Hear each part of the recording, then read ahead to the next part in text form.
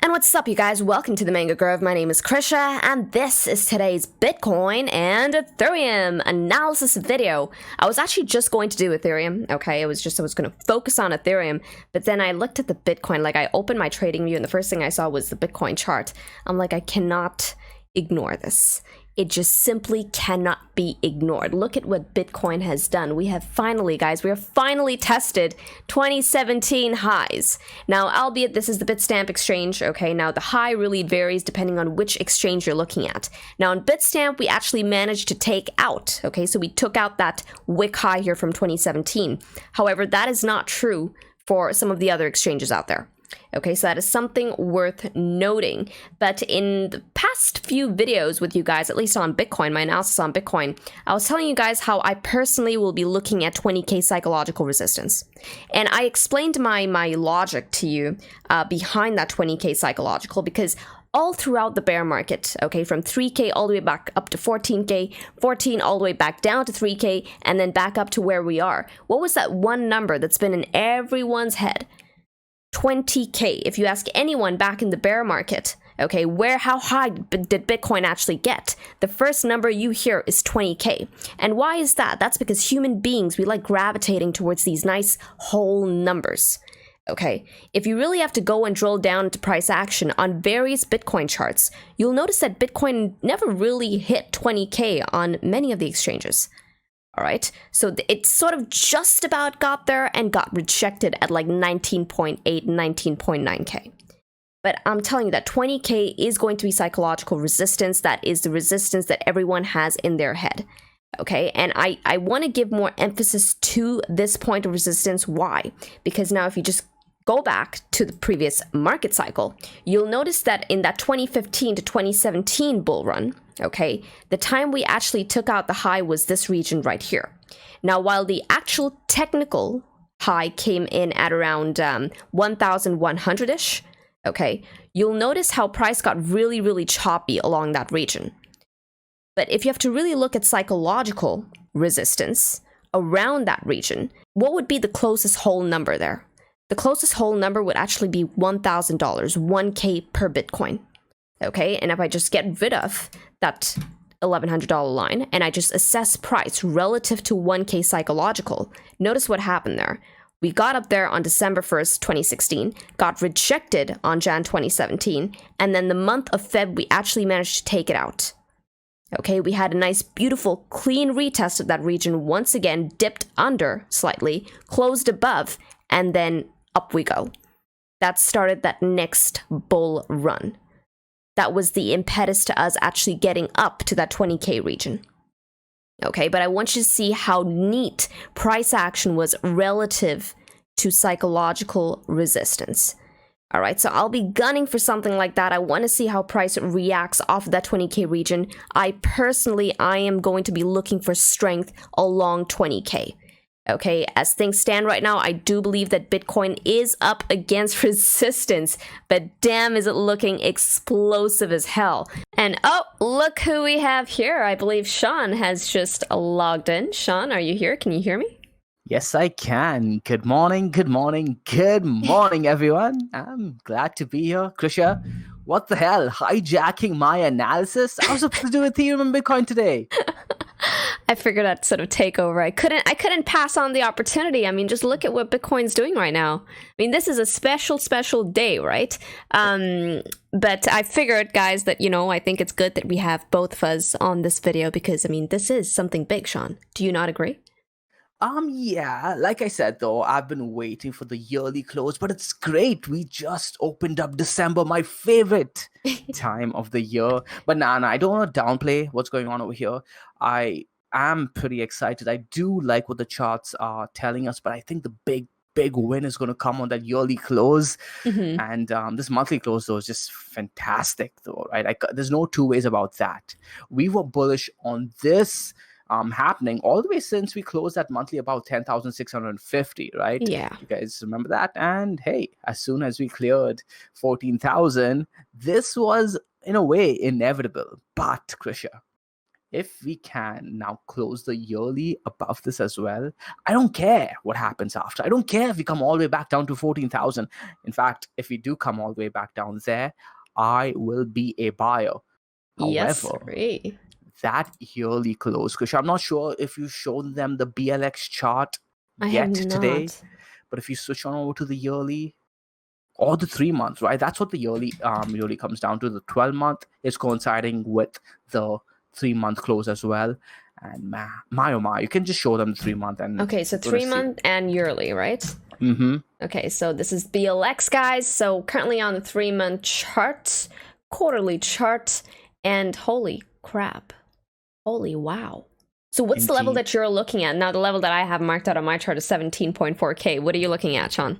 Okay. So depending on how this 3-month closes, right, things are going to get really, really interesting. I wish I could show you guys my chart, and I will show you guys my chart on the Discord, guys. So please, if you haven't joined the new Mango Grove community on Discord, go ahead and go ahead and join, because I will be showing what I've drawn out over here. But essentially, I currently have a symmetrical triangle that probably everyone has drawn, right? From around 20,000 going down to 3,000, then to 14,000, then back down to 3.9 during the Corona dump, right? Do you guys have that? Yeah. But now, Krisha, if we close like this, we can turn this into another ascending triangle with the two highs of 20,000 and 20,000. Okay? Which is why it's going to get really interesting. What I want you to do, Krisha, is draw a horizontal from the 2017 high to the current candle close, which we haven't fully closed just yet. But do you see what I'm trying to go for? Let me do that. Okay, so everyone is looking at my chart right now. I'm trying to draw it while you say it out loud. Yeah. But so Sean is essentially talking about this 2017 high, right, all the way to the current high that we're contesting right now. Correct? Correct. Okay, beautiful. Okay. If we don't break and close above to 19,800ish, whatever the high was, right? If this 3-month doesn't close above it, then this may turn into a massive ascending triangle, and then the next couple of months are going to have so much opportunity. And this is why I keep telling people, play the higher time frames, the higher term time frames, because you see things that other people miss. So this is what I'm looking for, but it's not confirmed just yet. And if you I'm currently on that 3-month time frame. You already know that, though. But if you put on your 21 EMA, you'll notice. So essentially, the way I've drawn the diagonal, okay, of the ascending triangle, I've basically taken the 3K low that we put in basically back in the bear market, right? And I've also connected that to what is this? The 5.8K low that we put in during the coronavirus dump. Yes. So I haven't taken the 3K wick, though, just FYI. Yeah, correct. Right? That's exactly how I'm drawing Okay, it too. cool. And that's a good spot, Krisha. The 21 EMA on the 3-month, I wasn't looking at that at all. And wow, that's lining up the entire symmetrical triangle as well as the bottom of 2015, right? We got down to 183-ish, and the 21 EMA is starting around there and underlines price ever since then. Yeah, look at that. Yeah, I really like this. I like the Tenkin too on, I'm not sure if you have that on, but the Tenkin, we broke, tested it, and continuation. So this is looking fantastic. A nice ascending triangle. We could, again, get rejected over here, not see the yearly close about 20,000. If we do, however, that's just going to be crazy. That's going to be crazy. In that case, Krisha, the retest to be buying is the 20,000 retest. We were talking about this with Rob last night in Seed as well. And I think the play that people are going to miss is a move to 30,000, a retest to around 20,000, and then continuation of this crazy bull market. But again, I'm going to reiterate, you cannot let the big nominal values of Bitcoin actually start affecting you mentally. As soon as you get into numbers 30,000, 50,000, if we get there, touch wood, if we do, start understanding that we could see moves up to $10,000 down per day. Yeah. For sure, right? Yeah. Oh, absolutely. I'm also just going to go ahead and plot in them. Say this actually does play out, right? Your ascending triangle theory on the 3-month time frame. I want to see what the measured move will take Bitcoin up to. This one takes us up to 36,937. I'm sure it's not like that exact, but probably around that 37K region. Man, it's going to be freaking amazing. Holy moly.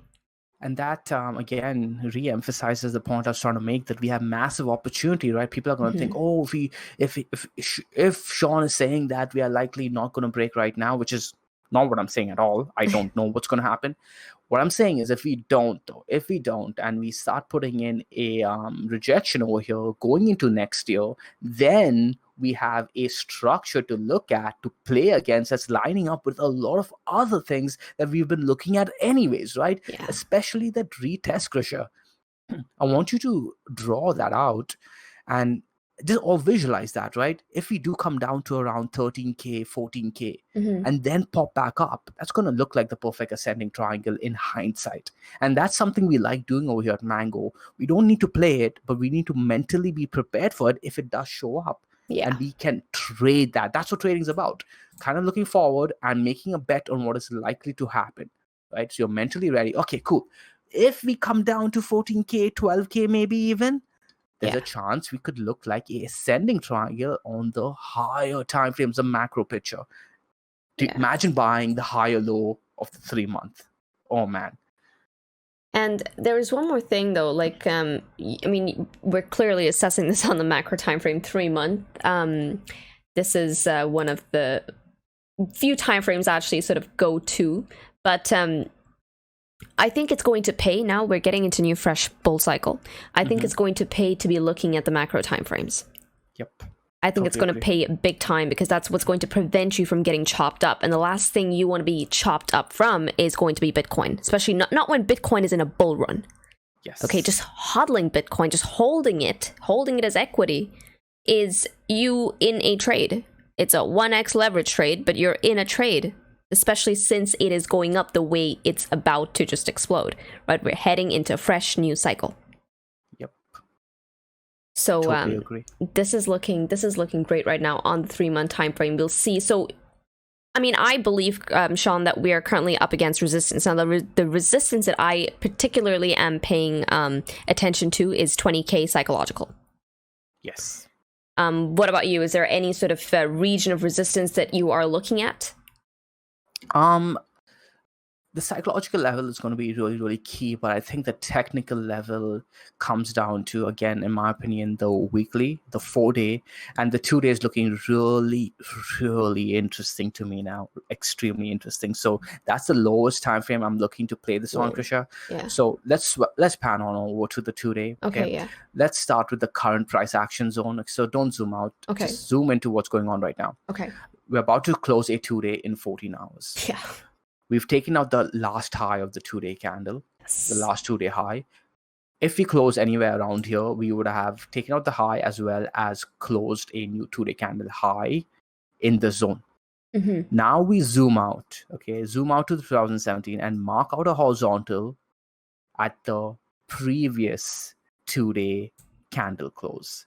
And Krisha, that's coming in at around 19,000, I believe, 19,324. Okay, just mark your horizontal right over there. 19,324. That's where I'm looking at on BLX at the very least. It could be different where depending on the exchange. Okay, right? So I'm currently on Bitstamp. I've kind of gone back to Bitstamp.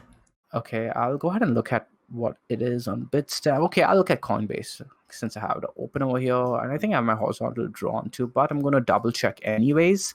And the 2017 high on the 2-day candle close was 19,650 actually. What's the thing on Bitstamp? So this is on Bitstamp, the 2-day candle close, came in at around, what was this? Close, 19,187. Look at the variation over there. Wow. So no wonder BLX has a 19,350 marker. Okay, cool. So now it gets a little bit tricky, right? Because if you're depending on the exchange you're looking at, you're going to have different numbers, different candle closes, which is what's going to make the actual high really, really important. Each of these exchanges, which is coming up to around 19,850. However, if you're looking at the 2-day candle close on Coinbase, it's coming in at 19,680. Okay. And let's take that number because that's going to encompass Bitstamp as well as Coinbase, because Bitstamp is a little bit lower. Okay. So If we- 19,680. Yeah. All If right. we close even a 2-day candle above that, I think we're going to have a move to clear all of the highs as well moving forward. Oh, yes.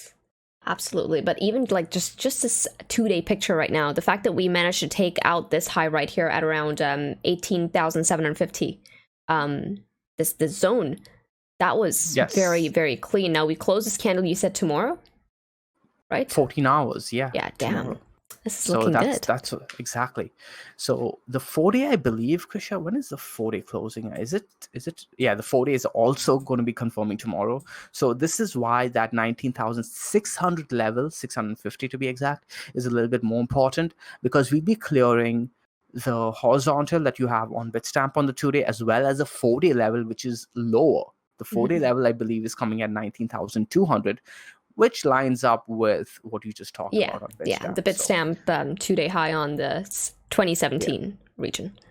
At that point, even a tick above the current high of 2017, which is around 19,850. Oh my God! I think at that point we can forget about the yearly closing underneath 20,000. I think a lot of the Bitcoin bulls, a lot of the maximalists looking for end of year 2020 ending with Bitcoin above 2020. Oh, 20,020 is going that's to so come cool to though. I fruition. didn't think of that. 2020 Bitcoin at 20K. Yeah. Who would have thought? Am I the only one discussing that though? I don't think so. That's the only good thing coming out of this entire year, Bitcoin going ballistic. Yeah, this is a beautiful, beautiful chart right now. But now the question is, so we both believe clearly we're on the same page in terms of Bitcoin actually currently being up against resistance, right? Now I believe it's a range, so we have resistance at around this basically the level that you mentioned, 19,690, right? I'm looking at 20K psychological. And I mean, if you have to look at the let's say the deviation between the two zones, it's not that much, like in percent wise compared to the current volatility on the chart. So it's very, very minute almost. But the more immediate support, now I'm going to get back onto the weekly time frame. Now I think that the most immediate support is coming in at around 17.3K. 17.3K going all the way down to 14K, but I can't believe that now people are going to start looking at 17K and 14K as deals, Sean. Deals. Indeed. So that's the value buy opportunity. Yeah. But I think that is going to be the more immediate range for Bitcoin right now. Okay, that's the range of current price action. But now the one thing I usually like doing, Sean, is I want to see where Bitcoin is currently trending. So what time frame is it trending on? It's clearly not trending on the weekly right now. It's too explosive for that. The 10 SMA is like completely it's off right now. It's trying to catch up. How about the 4-hour? So we're maintaining I think we're maintaining a 1-hour uptrend as things stand right now. We are definitely maintaining a 1-hour uptrend on Ethereum. I was really excited today to talk about Ethereum. I'll go ahead and do a lower time frame analysis on Ethereum tomorrow for the community. But Krisha, I have a feeling. Okay. I have a feeling, and you guys don't hear me say this often. It's just a hunch thus far that Ethereum might actually lead going into 2021. Ethereum is just giving me the impression that it has now, in a way, played catch up. We can go ahead and talk about that maybe today, maybe tomorrow. But there's some really interesting things I noticed on my deep analysis I did today, a fresh look analysis I did this morning on Ethereum. So guys, stay tuned for tomorrow's Ethereum video. I have some interesting things to talk about over there. We could actually cover a bit of Ethereum today. I told them that we'd cover Ethereum. Right, Bitcoin and Ethereum. Okay. Just a quick sort of before we pan on over to the Ethereum chart, guys. Beitcoin on the hourly time frame. We're currently trending on the hourly time frame, and I do believe we're drawing an asymmetrical triangle. Now, symmetrical triangle on a technical standpoint could flip either way. Okay, it could go up or it could go down. So it really depends on how we actually react off of our major EMAs right now. So the 10. As soon as we start taking the 10 out and actually start living over it with a bit of conviction, you start using it as support, I think this has a better sort of chance to actually break to the upside.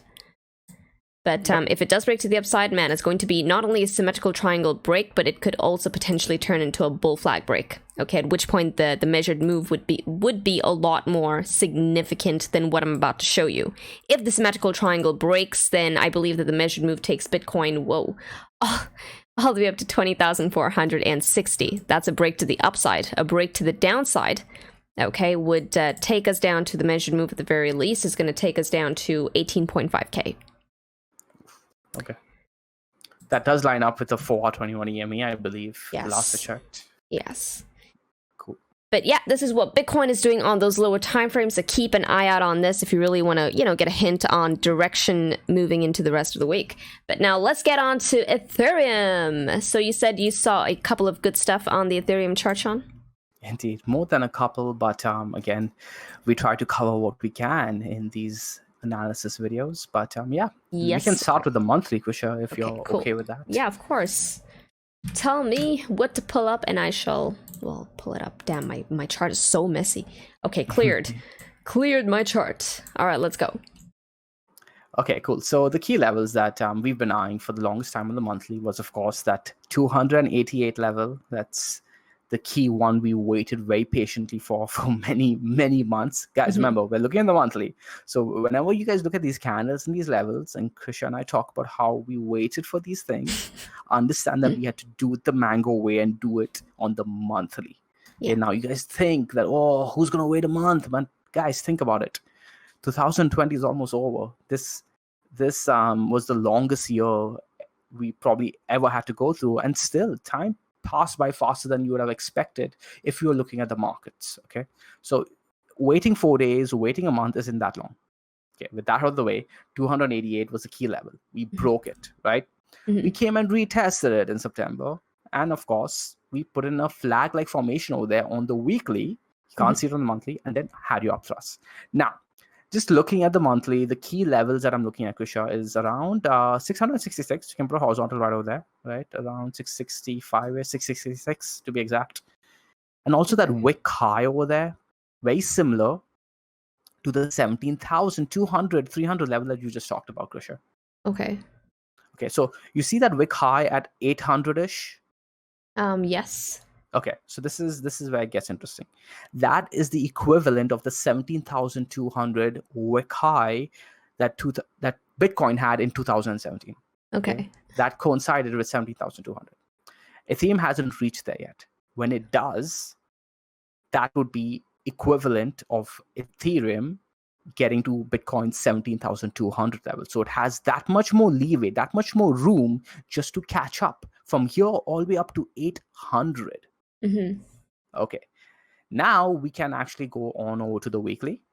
Okay, and you're going to see that the 666 level is not really clear on the weekly, although now that we've marked it on the monthly, it does make a lot more sense. It does. You do see the level as okay, cool. We had a major weekly candle closes over there. We had a bull flag that turned into a bear flag breakdown in 2018, and we had a downtrend. Okay, so it's standing out, right? Cool. So we got something out of the monthly. We can now mark that level out and understand that people will likely miss that level, and we have a option to trade off that level if we do get up there and clear that level. Okay, good. However, what's standing out for sure though is that 800 level. You can see it right there. Okay, awesome. So let's keep it simple for today, or rather keep it simple for now until you give me your thoughts, Kusha. Now we've gone from the monthly to the weekly. I want to drill all the way down to the daily. Okay. I want to do two things. First, I want to point out that if you turn on your Ichimoku template. Okay, Kusha. And I want you to take one more step and turn on your lagging span. Okay, this is pretty much I want to take it to the next level. And this is for those of you who are on the Mango Seed program, especially. I want you guys to listen to this. I want you guys now to look at what's going on over here with Ethereum. All right. I want you to hover your candle or your cursor somewhere around right over here, November 5th to be specific. November 5th. All right. Okay. So that's the candle. All of you who are watching the Ichimoku program, the Ichimoku module in the Mango Seed program, and Kusha, I believe you are watching it too. Yes. You're almost done. I want you guys to coincide this price action November 5th, okay, with the price action that Bitcoin was going through during the Ichimoku model that we were covering ongoing live. And I said, guys, this was the perfect setup on the Ichimoku standpoint that you very rarely see. Yeah. All right. This is exactly what you are seeing with Ethereum right now, November 5th, or rather at November 5th. Okay, this is that perfect golden setup that you very, very rarely see. Bitcoin was sitting at 9,580 at that point. I said, this is the perfect setup. You don't see it. I'm longing it. Regardless of whether it pans out or not, it doesn't matter because we take probability trades, and that looked beautiful. Here, it looked beautiful, and you're seeing the continuation ever since then. Yeah. All right. Now I want you to just clear out everything from my chart, Krisha. Okay, so this is just a quick tip for all of you guys in Mango Seed. You guys have another reference point to find the beautiful Ichimoku setups that may come up again in the future, right? We don't know when it may come. So now we're looking at Bitcoin sitting at around 600. Look at the daily candle. Sorry, not Bitcoin, Ethereum. Ethereum sitting at around 600. Look at the daily candle close, Krisha.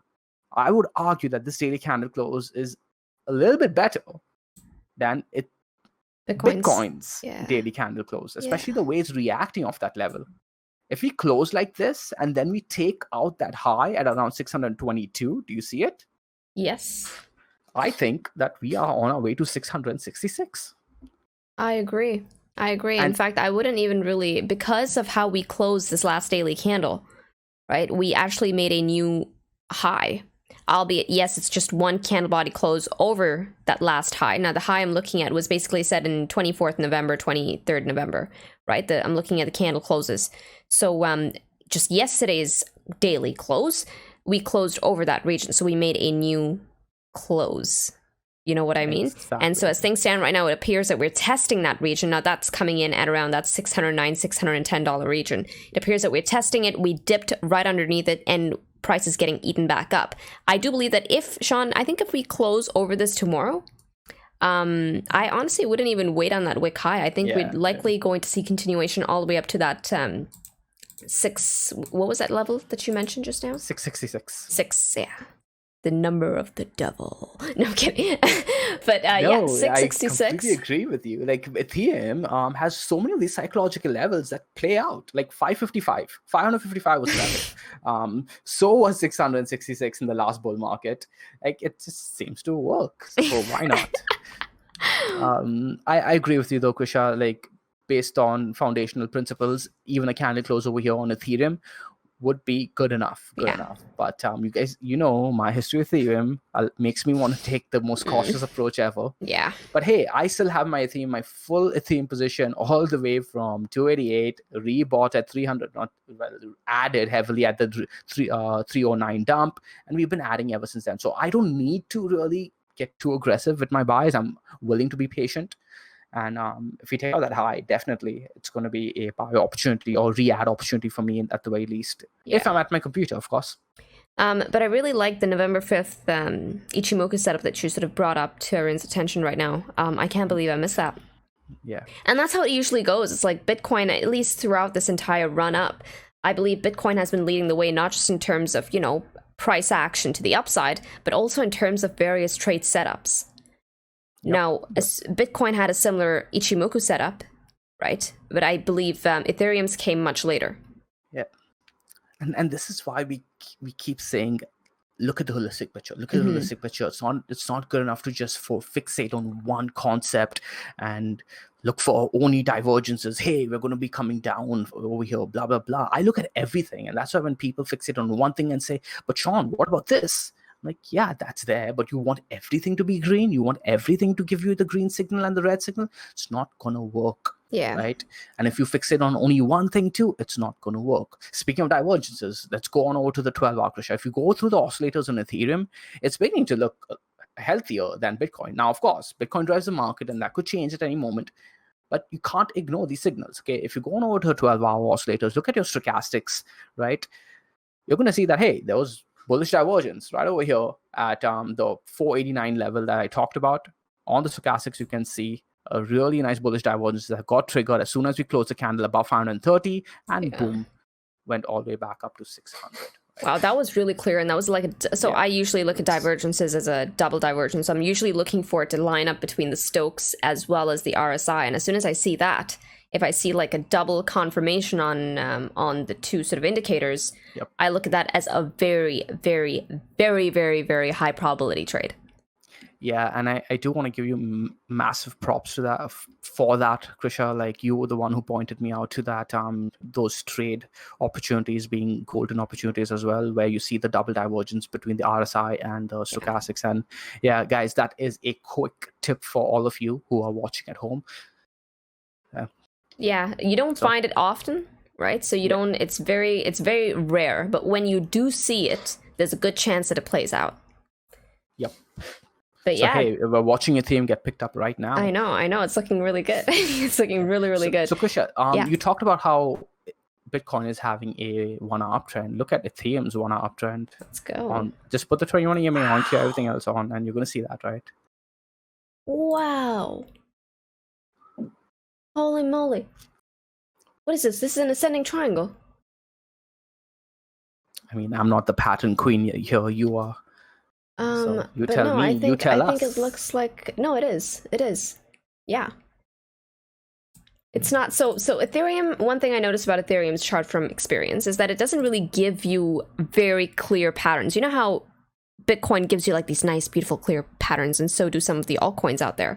Ethereum doesn't do that. In fact, it's choppy on many of the things, but as soon as you get a feel for price action, you can sort of spot out various patterns, as well as basically levels it likes trending on. Now, one thing that I brought up to many of your, basically everyone's attention was the fact that Ethereum trends well on simple moving averages as opposed to exponential.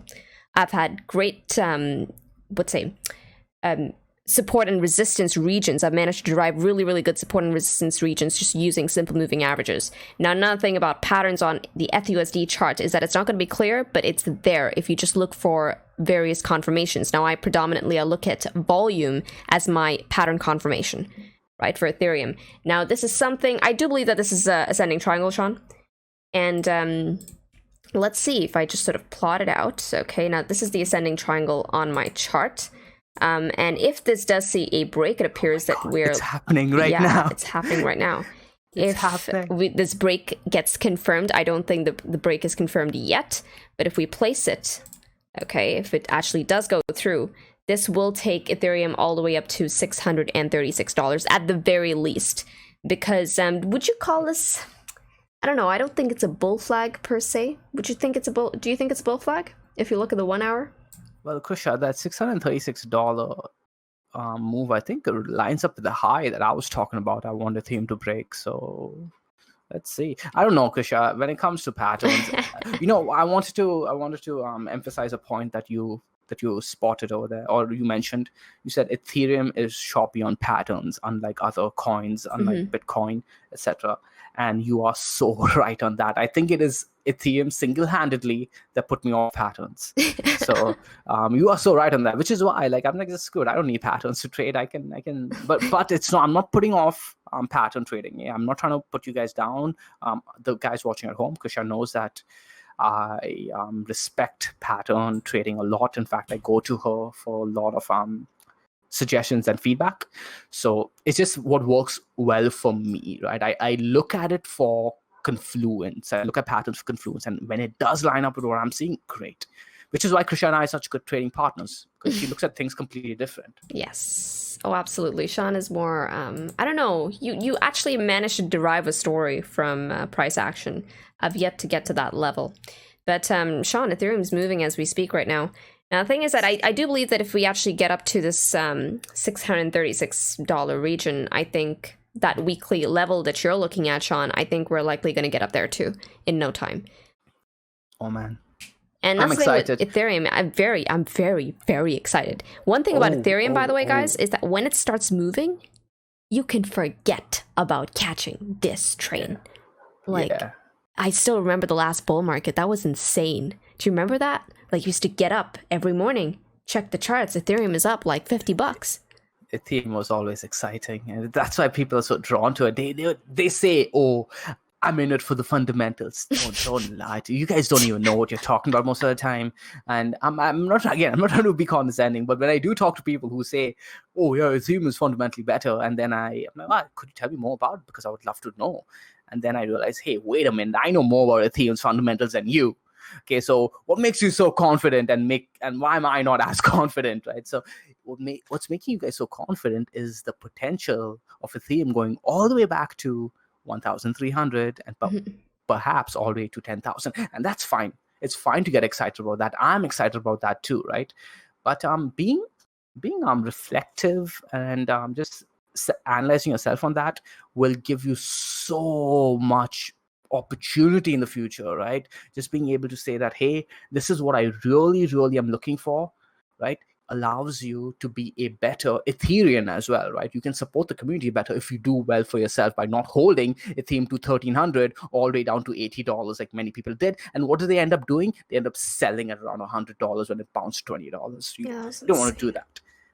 You want to be a strong Ethereum by having good buying power when the time is right. You know who the strong Ethereans are? The guys who stepped in at $80 saying, hey, I'm going to support this project now and buy it all at 80.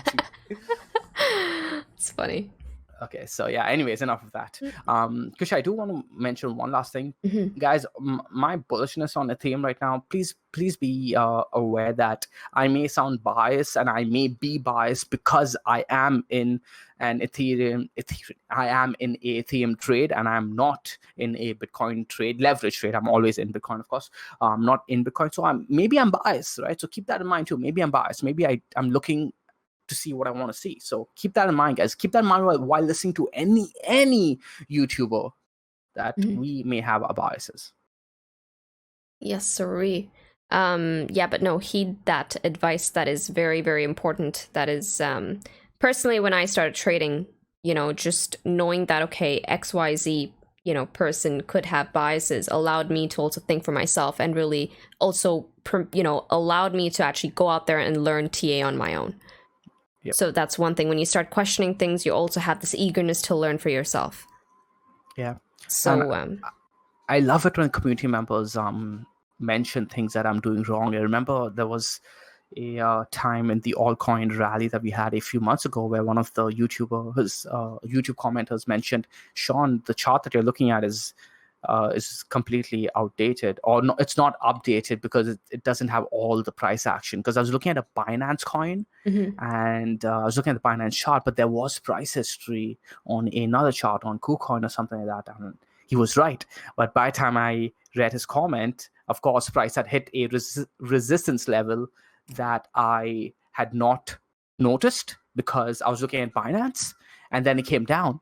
And I was like, damn, I completely missed that. And he was completely right. So again, shout out to you, man. I know I gave you props for that already, but if you're still watching, shout out to you for that. Because ever since then, I made sure that I checked the coin and altcoin on all charts, not just Binance. Yeah. So I'm looking to learn from you guys. So if you guys do notice anything that I do wrong or any of my biases, let me know. And I'm always trying to learn and improve. Yes, sir. And that's what Mango's about. We all got to do this together, learn together, on the journey together. Damn, Sean, Ethereum is going as we speak, so this is really, really cool. Now, personally, I want to see a bit more volume on this ascending triangle break. We'll see where this goes. No, enough of that. Vishal too in yesterday's seed chat, he's like, "Where's the volume?" I'm like, "Why volume?" And I'm gonna ask you. I keep asking you the same question, right? So why? Why do you need to see it right away? I have an answer though. I have an answer for this one. Now, like I said, patterns, they can be also very subjective, right? Irrespective if you're even playing something as clear as an ascending triangle or a descending triangle. Usually the breaks are very, they're in your face. And I like looking at that as confirmation because, believe it or not, more often than not, Sean, I've actually been saved by just looking at the volume that comes in on a break. Albeit, what I'll say about this current scenario for Ethereum is that because we're already in this pretty, apparent uptrend, the volume needed to push, this currency up, the Ethereum up right now, is going to be very minimal compared to if it was, say, an ascending triangle playing out in a downtrend. Well said. Okay, sorry, go on, Sean.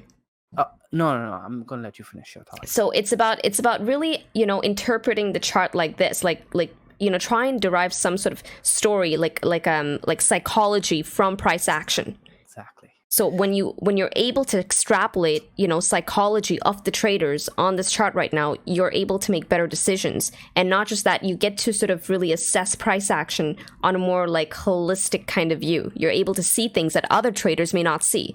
So it's about breaking it down to a science. I'm not just fine, I'm looking at the volume. Yes, I know it's a very black and white thing, but I'm also able to apply like a level of psychology. I'm really looking for psychology in the volume.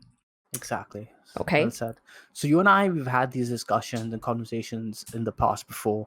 So I'm also talking to people on YouTube, people watching at home, because I know a lot of people just look at the volume and say, "Hey, there's no volume. Price is going up, so this has to be bad." But then I ask them why.